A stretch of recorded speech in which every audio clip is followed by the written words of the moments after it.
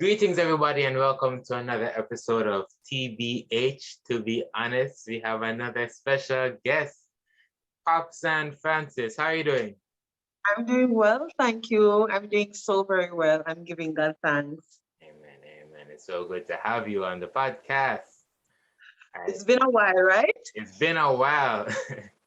Been a while, and I had no idea at the time that you would become our first lady. But look how things work out. So we'll get into all of that. We'll get into a few things that I want to discuss with you. But before that, I just want to know, who is Popsann Francis? Lord have mercy. So, Popsann is a Christian woman. She is the apple of God's eye. I'm his favorite. He doesn't want you to know, but I'm his favorite. I am someone who loves people, purpose driven, and I value family and authentic relationships. I'm a lifelong learner. You name it, I want to learn it. And I just want to fulfill my purpose in life. Additionally, I'm a Jamaican girl, very, very proud of it. Born in the ghetto, humble beginnings, and it is something that I embrace and I speak freely about. And I'm so grateful for the woman I have become and I am becoming. So that's Popsy. You say from the ghetto. Which ghetto are you from? Oh Lord have mercy, are you passing by me? I was born in Central Village, that's on the outskirts of Spanish Town, Okay. Jamaica. Mhm, mhm, mhm. Yeah. Okay. How did growing up there shape your childhood or who you are now? Like, what was Oh, it like? oh, oh, the earlier years were really good years. And persons in my family will tell you that before a particular series of episodes began in my life, prior to those episodes, unfortunate episodes, my childhood was filled with frolicking, security, love, joy, happiness. I am the first child for my mom, for my mom, second from my dad, and we lived in a nuclear family unit. It was beautiful. I was surrounded with my aunts and my uncles. So I think that early beginning has caused me to really value family, to have this happy personality. So if you see me sad, you know something is wrong, right? It has also helped to motivate me to just achieve and to fight the struggles and to persevere, because coming from humble beginnings, we weren't rich. It's the ghetto. Persons would say we were poor, you know, you're eating the chicken back. But as a child, that didn't matter because I was so much surrounded with love and going to the river and all of that. So those have helped me in terms of my personality and valuing family. Wow, wow, wow. Popsann. Yes. I've never heard the name Popsann before. Like, where that name come from? I don't know if you know. Like, have you ever met a Popsann? Or was it made up by your parents? Talk to me. Don't even get into that story, you know, because I have this selfishness going on. Well, once you hear the name, the first syllable is Pops. And my father's alias was Pops. Mm. And so, being his first daughter, he gave my mother an ultimatum. It's either she's going to be called Popsann or Popsian. And they chose Popsann. So that's how that name came about. I'm forever stamped with my father's identity. Next question, do I know another Popsann? Not until this year. And that's why I say the selfishness is coming out, because my uncle's baby mother, I don't like using the term baby mother, but that's what it is. Uh-huh. She named her daughter, who's Okay. 16, Popsann. And I'm not enjoying that. Wow, wow, wow. Okay, interesting, interesting. So, grew up where you grew up. I know you went to NCU. Tell me what that was like. What did you study? What was your time at NCU like? Talk to me about that. NCU. NCU, first of all, it symbolizes the breaking of a generational curse in my family. I don't have raw statistics or data, but I believe I would have been, or among, I think I would have been maybe the first in my family, on maybe my mother's side, to get a university education. I stand corrected if there's any family member watching and like, she lying. No, I'm not lying. It's just that based on what I was told and what I know. So it's a symbol of breaking a generational curse of not completing high school and moving on to university. It symbolizes me becoming a young woman and forming my own identity and having the scope to explore and to become whom God ordained me to be. I love Northern Caribbean University. I love it. I went there as a 16-year-old girl who was not 16, 17-year-old girl who was so happy about leaving home and not wanting to return because I did not like it there. So I went there at 17. I studied secondary education. A lot of people up to this day believe I studied mass communication. It is not so. I majored in English, minored in literature. The journey was amazing. Ups and downs, of course. I had no big bank account by my parents to send me to school. I had to work and study. I won some scholarships as well, became the ambassador of the university, which gave me a little bit of, you know what I mean? Yeah, yeah. It was really, really good. It was really, really, really good being there. So I take it you're involved with media. Why people would have thought you studied mass comm? Yes, I was involved in media. I hosted a radio show. I don't even remember what it's called. So long ago. My producer was Noreen Daly. So that radio program, awesome. She's my chair now. I left her out of that department. So so for Friday evening sunset, I would host that program, taking over from Ruthann. After Ruthann graduated, I also hosted a television show, taking over from Felicia Datos when she left. So yes, I have a little experience there, and I'm so happy for it because it's paying off now. And we'll talk about the spiritual lessons hopefully later. You filled in for the greats. Felicia Datos, I'm telling you, humbled.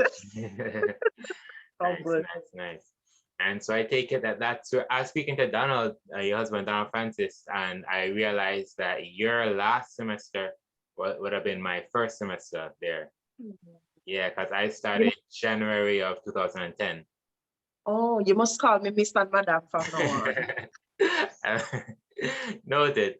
So talk to me. I'm guessing that's where you met Donald, or tell me about that. You know what? Let me come up close. A lot of people believe that, but it's not so. Oh, it's not. I met Honey, and I call him Honey. I met Honey 2 weeks before my 14th birthday. Wow. Okay. Yeah. Okay. Interestingly, my mom introduced me to him for whatever reason, because my mom never wanted me around any boys. If you even smell, look like a boy, shadow of a boy, she gets all irate, and different story, right? So one afternoon, I came from school. I went to the great St. Jago High School, 33 Monk Street, Spanish Town, Ravensworth. Let me just put that over there. And I am proud and prideful, and I'm not embarrassed about that. So one evening, I came home from school, and my mom called me to say, look at this young man. You know, I went to Veer, and this is a Veer uniform, because she went to Veer Tech. I'm like, oh, okay. Look, okay, not interested. And I went back in, and God would have it that there's a crusade that was being held in proximity to our home. We were not Seventh-day Adventists. Okay. And he started, coming by to invite us to church. So that's how we met. And we have been together since, from friends, to best friends, to boyfriend and girlfriend, to fiance, husband and wife. So that's it. So where in the journey did you all start dating? Was it in college? Was it before? Lord have mercy. Can I make a confession? I'm forthright, and I've always been. It's not something that I want to be the case for others. It's not something that I am proud of, but the truth is circumstances and situations happening in our lives as children, and we become exposed to things that we should not be exposed to. And that has been my story. So the short of it is I start having boyfriend, earlier than some people would want people to have boyfriend. And so I remember when I was about 15 or 16 thereabout, I think I was in grade 10. And I said to him, you want to be my boyfriend? Because he's shy, he's country boy. I'm town girl, so I'm straightforward. You want to be my boyfriend? He said, yes, I want to be your boyfriend. I would do a little troop so nobody was watching. And yeah, we became my girlfriend at 16. Mm-hmm. Wow. So y'all have been together forever. Forever. Wow. I'm now 32 and I've known him from I was 13. Wow. So yeah, we have literally journeyed together. Everything that we have accomplished, though it may seem as if it's a person's individual accomplishment, we have always been there. Through university, both of us worked. When I couldn't pay my school fee, he worked night and day to help to support me with my school fee. When he couldn't pay his, when I got scholarships for academic success or whatever it is, I helped to support him. So we have always been together, always just supporting each other, and the journey continues. Oh, that's amazing. So that leads me to this. Lord have mercy, I could smile. The one profession that I always hear females say they don't want to marry is a pastor. That's the one I hear the most, more than any, not police, not firefighter, pastor. That's the one.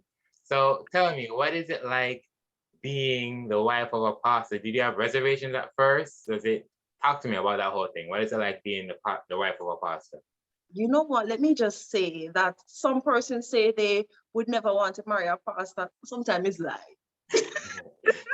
Sometimes it's lie. Some of them really want to marry pastor. We started dating. We were friends, as I said, from I was 13. We started dating at about age 16. I've always known what I wanted. I've always been ambitious.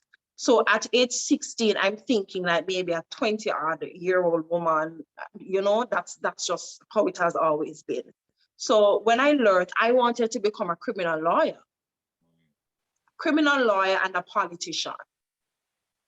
Okay. Anybody who knew me in high school, they will tell you, everybody thought that Popsann is a lawyer until I say to them, no, I didn't go the route, I'm a teacher. So when I learned that he wanted to be a pastor from very early, because we were friends before, right? Just friends. Right. And then we became boyfriend and girlfriend. I knew from earlier that he wanted to be a pastor, and I had some reservation because being a relatively young Seventh-day Adventist, you hear a lot of people saying, oh, pastors' wives can't be lawyer, and if you are a Christian and you're a lawyer, you're going to lie and all of that. So there was some reservation, but I fell in love with him and he fell in love with me. And because we grew together and we're on a journey together, I knew that if I love this man and I wanted to marry this man and I believe that God ordained this man for me, then I would have to accept his profession. Right. So it was not a big deal. It was not a big deal for me. What was the shocker is that I was unprepared to be a pastor's wife. It's not an easy journey, especially when you get married young and you're trying to figure out what it means to be a wife. Right. And then a pastor's wife, especially when you grow up in a family where you see abuse and you have this feminine mindset. Lord have mercy. You have this feminine mindset. It makes it all the more difficult to be a pastor's wife. Do I enjoy it? Most of the times I didn't, because of the many stresses that came with it. When he migrated from Jamaica to the US, and he was out of ministry active ministry, like pastoral ministry, really, for 3 years. My friends and my closest family members, they'll tell you that I didn't want him to go back in pastoral ministry. I did miss it. It was too much. I did not miss being in the spotlight, though many persons, because I'm a social person and I'm not shy, people tend to think that I'm an extrovert, but I'm not, right? And being in the spotlight all the time wearies me. I go to church and I greet people for 5 minutes, 10 minutes. I want to be by myself. I'm an ambivert, right? So it was challenging, a lot of challenge. Some of them I can't tell you. Some of them I can't tell you, but it has been a challenge, but it has also been rewarding, especially when my husband realized that his family comes first and that God is going to ask him, what happened to your wife that I gave you? When we had a shift in perspective that really, really helped. I enjoyed ministry in Jamaica, but not as much because of many things that happened. But right now, I can't believe it. Listen to this. I am enjoying ministry at Dunamis, and I have shocked myself. And when I say to my friends and if I say, you didn't want to go back in pastoral ministry and you wouldn't mind if your husband didn't go back, I'm like, yes, I'm enjoying it. And if you want to know, I'll tell you what. Wow, we're getting there. We're getting there. So you spoke about the challenges, and I don't know how much we can go into some of the challenges, but I was just thinking about some that I would imagine. Was there pressure in, like, as a pastor's wife, how you present yourself, like your dress and that kind of thing? Was that like pressuring just your demeanor and those kind of things? Talking about that. Listen. Huh. I am so happy that we migrated from Jamaica, and I love Jamaica. Migrating from Jamaica for 2 years being at Andrews University, it gave me time to spend with God. And it gave me the time to reconnect with God as my first love. And that's where I realized that having in a color here does not make me a bad Christian. Right. Right? Putting a little lipstick on my lip does not make me a bad Christian. The day that I was freed from legalism and people's expectation, freedom. Yeah. Freedom. Because there are so many persons who look at the outward appearance. And there are so many pastors' wives who want to conform to that toward that outward appearance, but inside, loneliness, dry spiritual experience, not connecting with Christ. So of course there was pressure. There's also pressure, and I'm a very what's the word I'm looking for? Transparent person. There's also pressure in terms of the organization. Yes, yeah. Maybe deep waters we're heading in here. But other people, wives who are married to policemen and doctors and teachers, their lives are not bound up in the profession of their husbands. It's not. The husband goes and he's a police and he comes back home, right? But when you're a pastor's wife, you are so engrossed, you're so involved in his work. Sometimes it makes it really difficult to separate. So when your husband is being ostracized for whatever reason, when he is being talked about because he's standing up for principles, or he does not want people to control his conscience, and you're seeing all of that, it hurts. And I've had many years of hurt in ministry when persons who are supposed to be the senior bishops in ministry are supposed to guide the younger ones, are jealous of them and suffer from Saul syndrome, and they go out of their way to make life difficult for your husband, not realizing that you're making life difficult for me. And if you have children, you're making life difficult for the children. You know what I mean? When you take a pastor and you send him all the way in Woyo, and this is not just about my husband as well. There are other pastors' wives who struggle with this. And thank you for talking, because we want to talk about him something in a long time, because people need to know. You know what I mean? That affects you, and it makes ministry sour, and it makes you bitter. I remember having a conversation with a very senior leader in Jamaica in the conference that we worked, and he said to me, I don't know, you just drive with me like that. You used to smile with me and tell me hi. But it's true. I said to him, I was angry at you because of how you treated my husband. I was angry at you because of how you treated other young ministers. And I don't think you understood that you were hurting so many families. because of your politicking and your insecurity, because I'm very, very plain, brother. I try to do it in love, but some persons just need to hear the truth. Right. So it has been bittersweet, especially for that reason. But when you get with the brethren and you're in your district and you're enjoying the brethren and that is where ministry is sweet. That is where it's sweet. Let's stop talking. No, man, this is your place to vent, man. Let it out. So what I want to know is, if for those difficult church members or even leaders that might be watching this, if you have like a message that you just want to send them as relates to how they should look at dealing with these ministers, these pastors, what would you say to them? You know what? Pastors are human beings. They are first Christians before they are pastors, or they should be Christians before they are pastors. And as Christians and as human beings, they also have struggles. Right. They have struggles with their finances. They have struggle with their families. They have struggle with self-actualization. They have struggles in the workplace. They have besetting sins.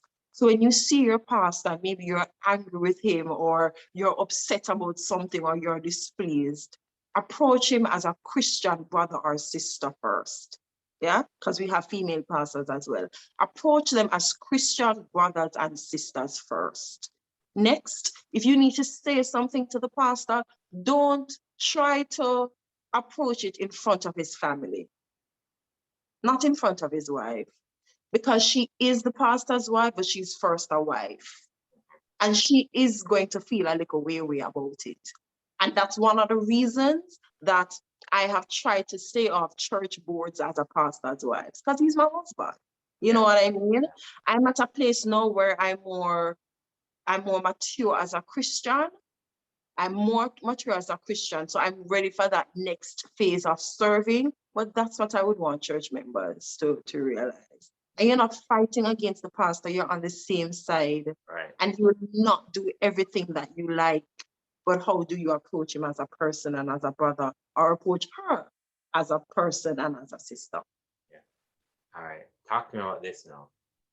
You are the pastor's wife, but you also have your ambitions for yourself, your desires, things you want to accomplish, right? So you might be in a location and you're just getting settled, and then pastor has to go to a new church or a new location. Talk to me about that, balancing the things that you want for yourself with supporting his ministry.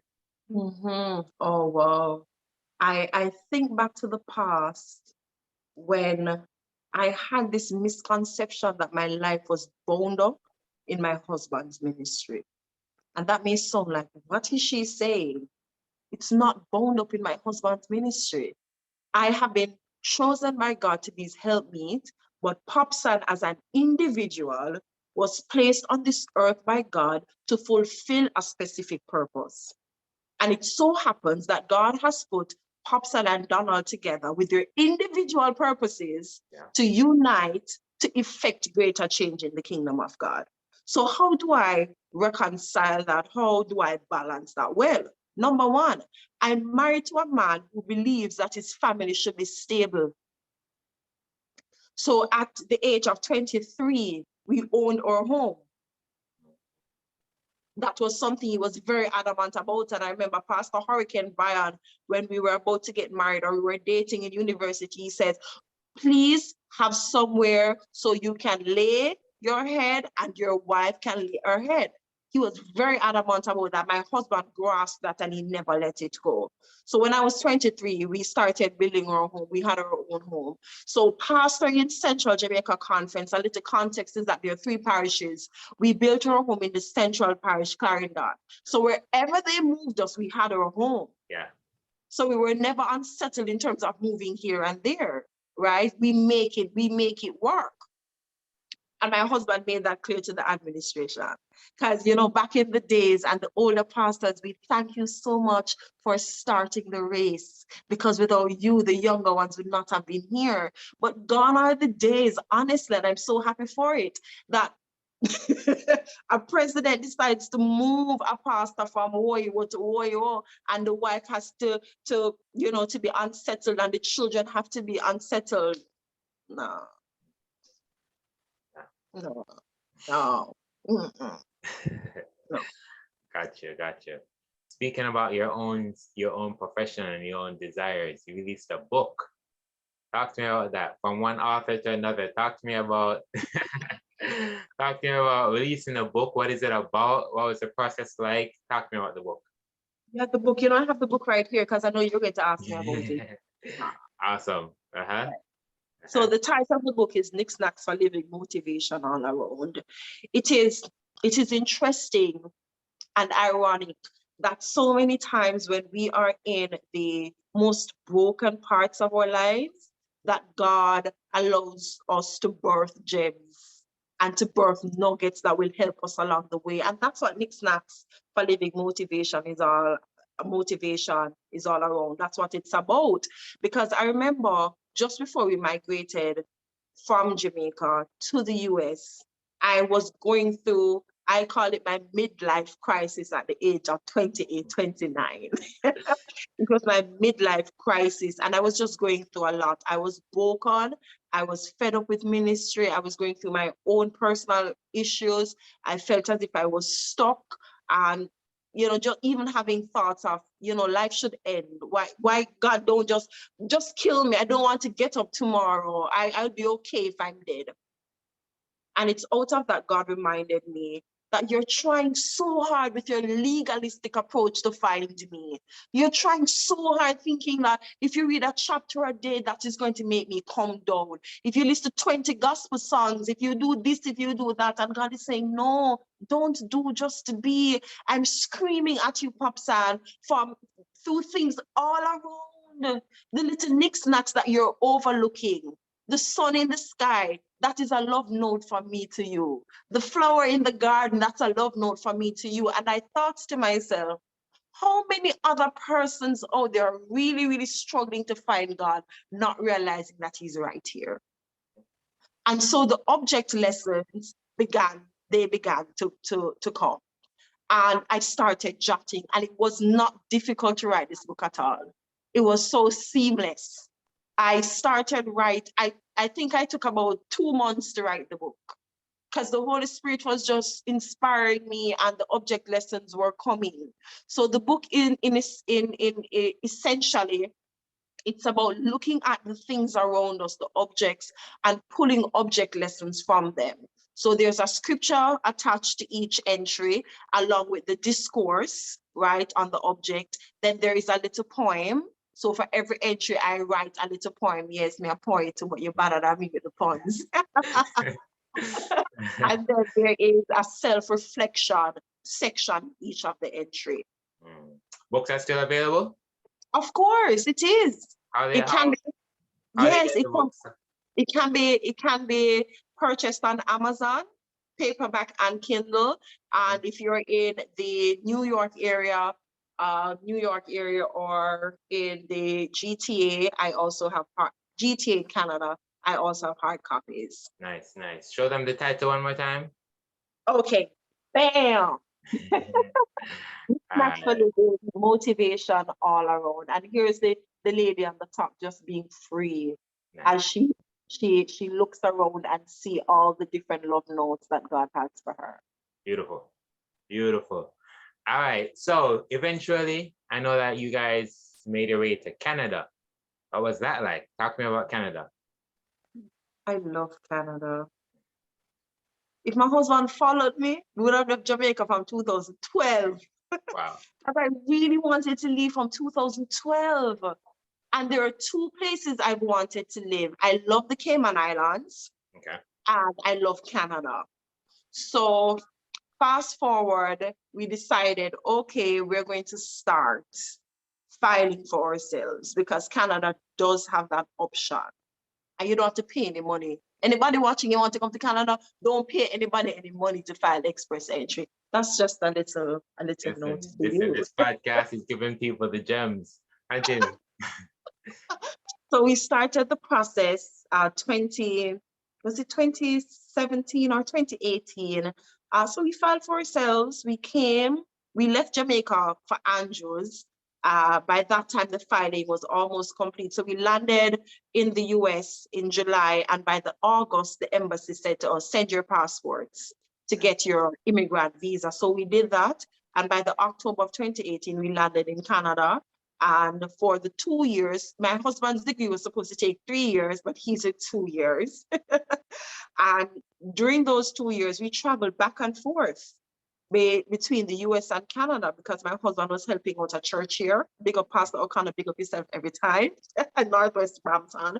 So we traveled weekends, US to Canada, US to Canada. And then in 2020, April, when the pandemic really broke out in the West and the university was shut down, my husband lost his little student labor job, you know, to pay our rent and all of that. And things became a little bit tight by then. And he said, you know, I think it's time for us to move over. I can't work here because I don't have my student labor. I can't work off campus per immigration requirements or dictates. I couldn't work. I was not working for the 2 years per US immigration laws. And they're like, well, we're permanent residents of Canada. We can't work. Why are we sitting here struggling? So we packed up, rented a U-Haul, and we came over. We came over March 2020 and started to settle and set up our home, thinking that this is where we're going to be living and going to start having our children, and the traveling is done and everything is going to be fine. No more moving up and down all over the place. Which leads us to Dunamis, SDA. Tell me about that. Like you think this is where you're gonna settle, and then now Dunamis. Talk to me about that transition. Oh, Lord have mercy. Coupled with the fact that I did not want my husband to go back into pastoral ministry, coupled with the fact that I am enjoying post-pandemic church routine, being at home. And we are so settled. I got my first job in Canada. We're good to go. Everything is fine. And then I get a dream about a month before my husband got a call. And the dream was, we are in this city-looking place. The houses are so close together. And my husband, along with 2 other pastors or 3 other pastors that he worked with in Central Conference, are in the room. And apparently in the dream, my husband went over wherever this place is. The place, it was a huge place, but looked run down, and persons were saying, all the young people are gone. We had so much young people before, and all the young people are gone, and we need to do something to get them back. And I'm drawing my pulley with a big belly in the dream. I'm pregnant and I'm coming over. So I'm like, what is this dream about? So fast forward about a month or a few weeks after, my husband gets a call. You need to send in your resume. There are openings in Greater New York. I was like, Greater New York? Why not Canadian Conference? Totally different story there. So my husband gets the call to do the interview. At the same time, he gets the call to do an interview at a hospital in Canada, in Sarnia. So he does both interviews. Mark you, the job in Sarnia would mean we're still staying in Canada. Yeah, so it's good. The job in Sarnia has a lot more benefits, a lot more pay. Ching, ching, ching, ching. So you're like, yeah, man, I really want him to take the job in Sarnia. But at this point in time, you know, having gone through my catharsis as a Christian woman, I said, you know, whatever God says, I know what my desires are. I know that we'd much prefer to get a job in Canada, but whatever you say. My husband, we prayed about it. We called our prayer warrior all over the world, and we said we need to pray because we need to know what the decision is. And then the dream that I had comes back to me. I totally forgot about it, like Nebuchadnezzar. And I'm like, but wait, I wonder if it's really New York we're supposed to go, but it doesn't make any sense. Why are you moving us all over the place, God? What's happening with you? What's wrong? What's wrong with you, God? So my husband says to God, and he tells me this afterwards, I'm doing these 2 interviews, whoever calls first. Okay. And we're getting all the indications. Some other places say it's really the United States that you're going to pack up and go again.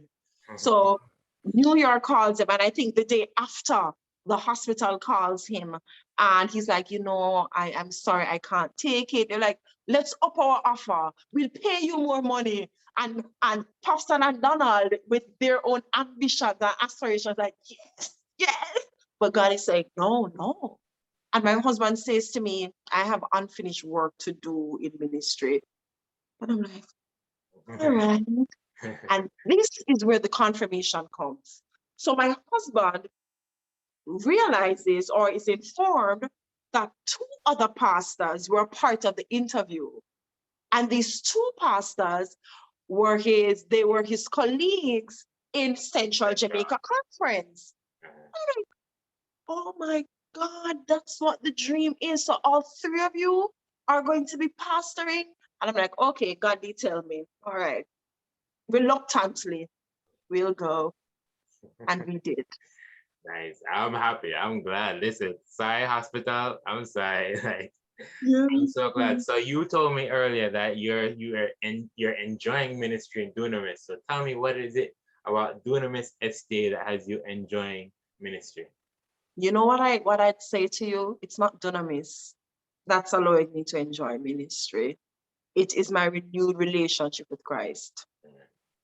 And it is me now finally understanding that I have a purpose as a pastor's wife.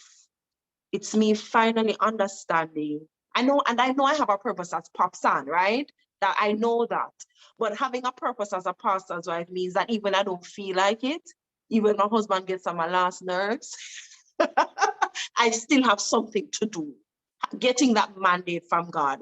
I'm enjoying ministry because no, I'm not just a pastor's wife, I'm a Christian woman who has gifts and talents to give to the gospel and to give to the furtherance of God's work. That's why I'm enjoying ministry. So Dale, even if you get on my nerves tomorrow in a communications meeting, that still will not deter me from doing what I need to do. And because I'm serving God and I'm doing it for him, I have so much joy doing it. And I think that is the transition that God wanted me to have. And he has been wanting me to experience that for a mighty long time. It's not because of Donald Francis. It's not because of Greater New York Conference. It's not even because of Dunamis SDA. It's because you're in love with me, you want to please me, and you're doing all you need to do to please me. That's it. Amen. Nice, nice. All right. So tell me what's the vision? What's the vision that you and your husband have for the church? What do you want? Where do you want to see the church go? What do you want people to receive when they tune in online? What's the vision for Dunamis? There is a reason that when persons in church call me pastor's wife or sister pastor, that I immediately say to them, I would prefer if you do not call me sister pastor, because I'm not the pastor. So and I say that to say, as it relates to the vision of the church, that is a conversation to be had with my husband because he's the shepherd of the flock. Yeah. As a pastor's wife, I can tell you, and as the pastor's wife at Dunamis, I want our church to be family oriented. I want us to be comfortable with each other. I want us to feel like a family because I'm that type of girl. I'm that mushy, lovey-dovey, hug everybody. I am that big sister, mama bear, right? My students in class, they call, oh, long hair is such a bother, I'm telling you. My students in class call me elephant. I'm like, why do you call me elephant? Out of order. And they said, no, miss, because you're so caring and you're so kind and you're so protective. You're like a mama elephant. I want Dunamis to be like that. I want when people step through the doors of Dunamis, they feel loved and they feel accepted and they feel belonged. It doesn't matter what they look like. It doesn't matter if they have on jewelry and we believe that they are serving the Adventists, so they shouldn't be. It doesn't matter. They should feel belonged. I also want us to be able to have this awesome online presence. And I'm passionate about that, where people from anywhere and everywhere can be a part of the Dunamite family. And they don't want to go anywhere else. And I'm being selfish here, and I know, and I don't care. right? They want to be a part of Dunamis. They feel the warmth and they feel the love and they feel the embrace, even through the screen, loving people through the screen and in person. That's my vision. Nice. And once you love people, everything else will fall into place because love moves people. So I know, and I'm going to say this, I know that as Seventh-day Adventists, we pride ourselves in doctrine, and doctrine is great because doctrine comes from the Bible or should come from the Bible, right? And it's important for us to embrace truth and to talk about laws and to talk about prophecy, and it's awesome. But people are not convicted by doctrines and prophecies. They are convicted by the love of Jesus. And if people can come to Dunamis and see Jesus through us and have Jesus love them through us, that's when we will begin to win disciples for Christ. There's no other way. Amen. Amen. I feel like preaching, but I won't. Well, we've been a few Sabbaths in, and I've witnessed like a change in the atmosphere on Sabbaths. I've witnessed, yeah, it's just been different, and I'm looking forward to long-term partnership with you, with Pastor Francis, and with the whole Dunamis family as we work together to provide that environment you just described and win souls for the kingdom ultimately. Amen. Amen. And it has been a pleasure working with you as well. You're awesome. Oh, thank you. It's all right. Popsann, it's been a long time we've been planning this, and we finally had this conversation, and I'm grateful. Yes, yes, Yeah. yes. It's been a while coming. It has been. So I just want to thank you again for coming and joining me, being a part of this episode of TBH. Is there any last words you have for the people? To be honest,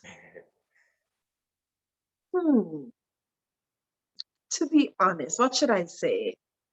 Just continue going. For those of us who are Christians, continue going in Christ, continue to solidify our relationship with Him, even on the down days. And for anybody thinking that I don't have it together as a Christian, there are days when I can't pray.